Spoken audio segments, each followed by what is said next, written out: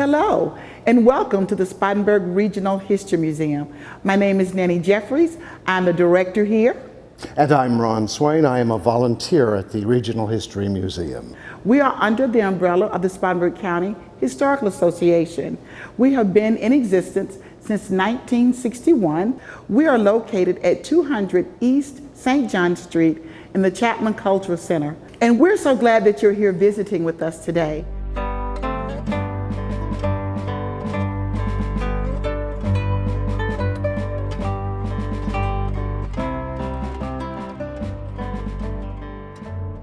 For visitors to the museum, this is the starting point. We have our oldest items related to the Native Americans and to the colonial and Revolutionary War period in this section.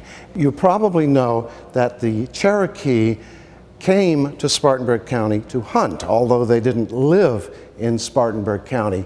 And I have an artifact which I am particularly fond of I'd like to share with you. This is an axe head. Yes, it started as a rock, but then the Native Americans got hold of it and started chipping away. And what I particularly like about this axe head is that it was found in the year 1963 by my next door neighbor, right across the street from the current Spartanburg High School location. And this is exciting to me because it means that the Native Americans were in my backyard too. So you can imagine that every time I dig in my yard, I look at every rock that turns up. Well, the man who found this axe head thought it was Cherokee. But we had an archaeologist come in, and he looked at it and he said, it is not Cherokee, it is much older than Cherokee. The Cherokee have only been in this section of the country for about 800 years. He said this piece is at least 3,000 to 4,000 years old. So it's an amazing piece, and I like to show this to our visitors.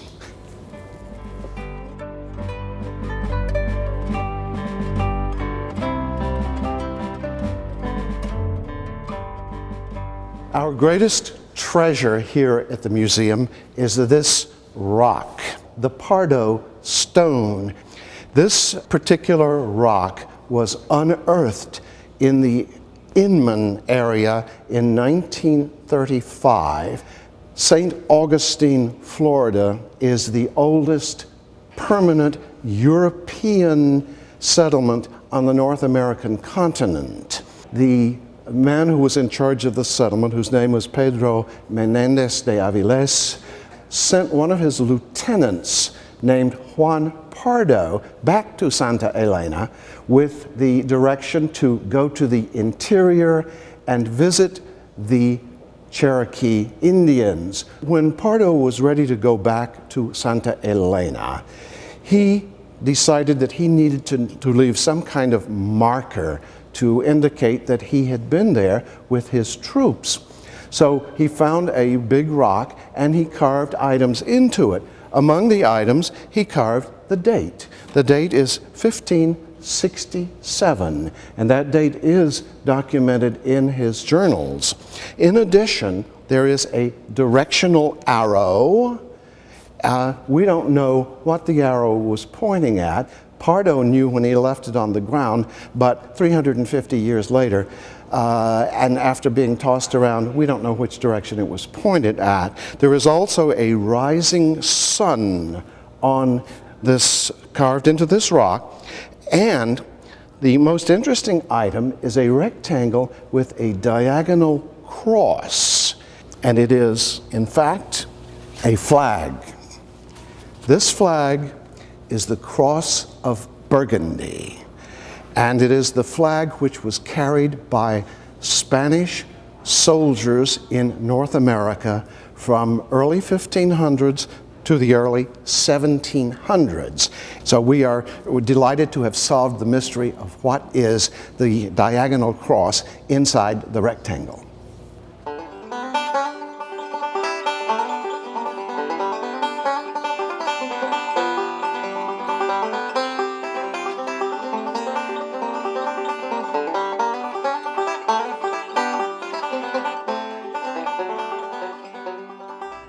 like to share with you a little bit about our textile town. Spartanburg County has a rich history of textiles industry.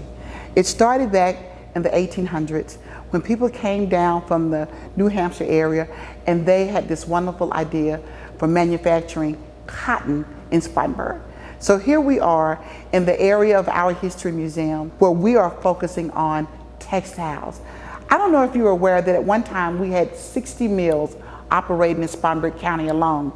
This book, the Textile Town book, written by the Hub City Writers Project, is an excellent choice to learn more about textiles in Spartanburg. As you come into the exhibit, you will notice the cotton stalks that were actually grown here, taken to the gin. They were put into bales, and then it goes into made fabric. So we can have t-shirts and blue jeans and all those wonderful things. And the process is available here for you to learn more about textiles and the impact that it had in Spartanburg.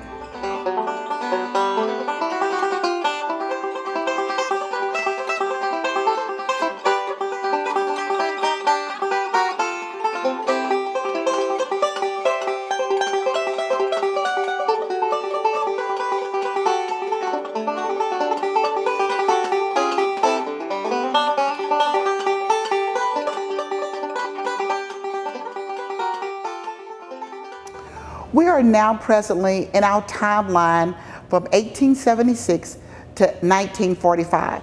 In this particular timeline, there was a lot going on in Spartanburg County, but you will learn that this is a time when we had integration and desegregation issues that were rising. And you can learn how we were able to handle integration here in Spartanburg County alone, and did it with very little uprising to the success that it is today.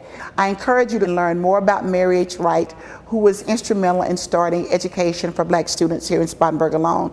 You'll also be able to learn that we had booming industries that were continuing to go on. This was a time when WSPA radio station was getting ready to go into the FM era. And I don't know if you're aware, but we had a lot of firsts in Spartanburg County.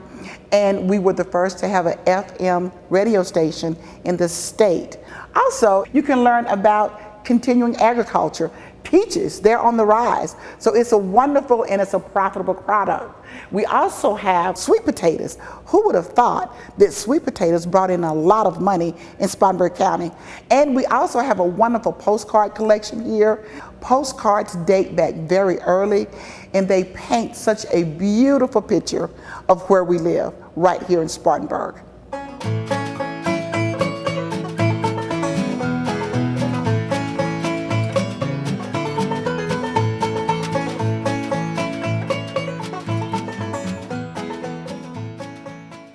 I love historical maps. Ever since I was young, I was fascinated by maps, and I'm very proud to share this collection of maps with the visitors to the museum. A fascinating thing about historical maps is the inaccuracies and the different configurations of the states. So this is another of my favorite maps from the year 1720.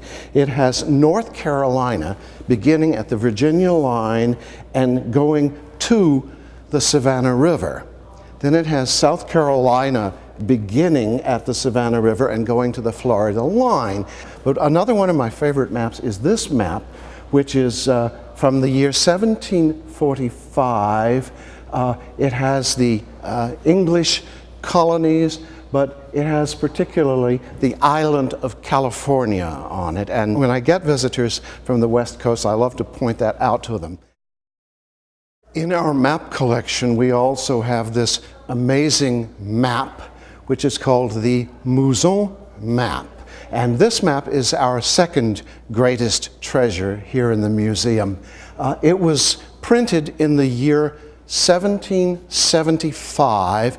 The cartographer was Henry Mouzon, from whose grandparents had immigrated to Charleston in the late 1600s for religious freedom because there was persecution going on in France at the time.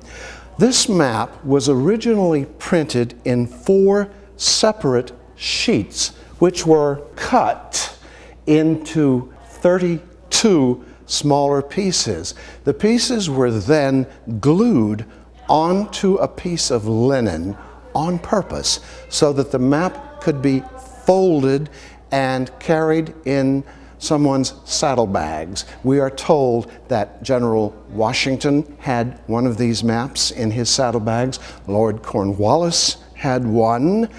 General Greene had one. This map was particularly important to the two armies in the American Revolution because of its great detail. The size lends itself to a lot of detail. And one item on here, which you'll recognize, is Charlottesburg. Also, in the upstate South Carolina, there were no towns as such at the time. However, the British fort of 96 is on this map. This was particularly important so that the two armies could know where the rivers and the creeks were, and then they had to figure out how to get across the rivers. We are very fortunate to have this map, and we thank the family who donated it to the museum.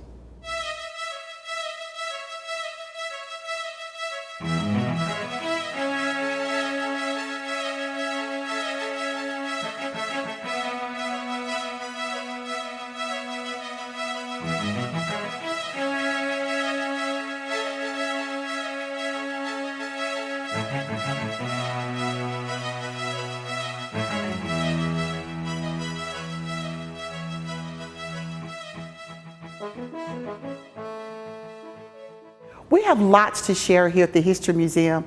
As you come in, you'll also find our decorative art collection, where we have a host of utilitarian items that were made in Spartanburg County by residents that actually lived here from around 1820 to around 1860. I'm holding a jug pot.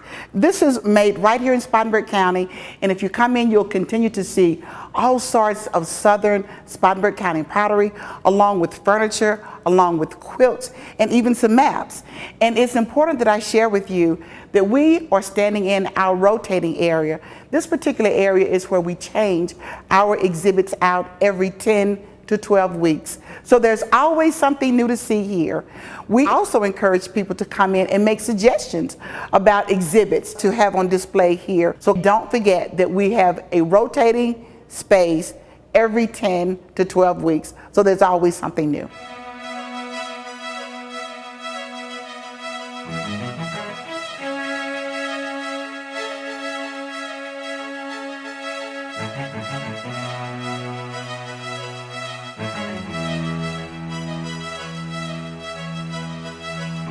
Nanny and I have enjoyed showing you around today, and as you can see, we have any number of wonderful historical items to show you.